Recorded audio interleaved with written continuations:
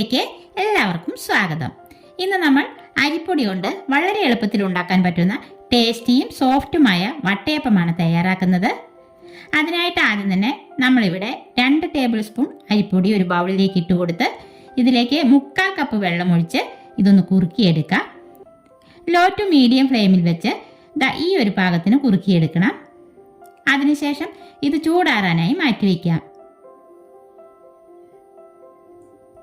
ഇനി ഒരു മിക്സി ജാറിലേക്ക് നമുക്ക് 1 കപ്പ് പശുവിൻ പാൽ ഒഴിച്ചു കൊടുക്കാം. നമ്മളിത് അരച്ചെടുക്കുന്നത് പാൽ ഒഴിച്ചിട്ടാണ് കേട്ടോ. ഇതിലേക്ക് 1 കപ്പ് വറുത്ത നൈസ് അരിപ്പൊടി ചേർക്കാം. ഇടിയപ്പത്തിനും പത്തിരിക്കും ഒക്കെ എടുക്കുന്ന പൊടിയാണ് കേട്ടോ. 1/4 കപ്പ് തേങ്ങ ചിരകിയത് ചേർക്കാം.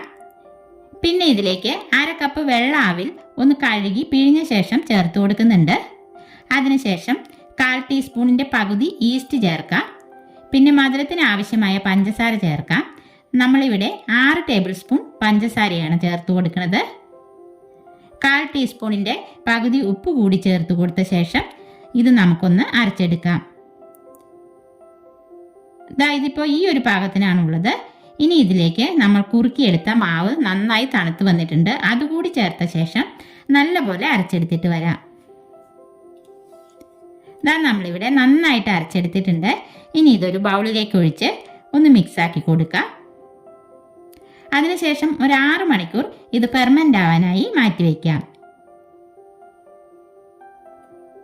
ഒരു 6 മണിക്കൂറിന് ശേഷം മാവ് നന്നായി പൊങ്ങി വന്നിട്ടുണ്ട്. ഇതിലിപ്പോൾ ഇത്തിരി വെള്ളം കുറവാണ്. നമുക്കിതിലേക്ക് കുറച്ചുകൂടി പാൽ ചേർത്ത് ഒന്ന് മിക്സാക്കി എടുക്കാം. പാലിന് പകരം ചെറു ചൂടുവെള്ളം ചേർത്താലും മതി കേട്ടോ. ഇനി നമുക്കിത് ഉണ്ടാക്കാനായി ഒരു ട്രേയിലേക്ക് അല്പം ബട്ടർ ഒന്ന് ബ്രഷ് ചെയ്ത് കൊടുക്കാം. അതിനുശേഷം നമ്മളൊരു ഇഡ്ഡലി പാത്രത്തിൽ വെള്ളം അടുപ്പത്ത് വെച്ച് തിളച്ച് വന്നിട്ടുണ്ട്. ഇതിലേക്ക് ഈ പാത്രം ഇറക്കി വെച്ച് കൊടുക്കാം. പാത്രം ഒന്ന് ചൂടായി വരുമ്പോൾ നമുക്കിതിലേക്ക് മാവ് ഒഴിച്ചു കൊടുക്കാം. എന്നിട്ട് ആവിവെള്ളം വീഴാതിരിക്കാനായി ഒരു വാഴയില വച്ച ശേഷം മൂടി വെച്ച് 5 മിനിറ്റ് ഹൈ ഫ്ലെയിമിൽ വെച്ച് കൊടുക്കാം. പിന്നീട് ഫ്ലെയിം കുറച്ച് വെച്ച് ഒരു 20 മിനിറ്റ് കൂടി വേവിച്ചെടുക്കാം. 5 മിനിറ്റ് കഴിഞ്ഞപ്പോൾ മൂടി തുറന്ന് ഇതിന് മുകളിലായി ഒരു മുന്തിരി വെച്ച് കൊടുത്തിരുന്നു കേട്ടോ. അങ്ങനെ നമ്മുടെ വട്ടയപ്പം ഇവിടെ വെന്ത് വന്നിട്ടുണ്ട്. ബാക്കി മാവ് കൂടി നമുക്കിതുപോലെ ചുട്ടെടുക്കാം.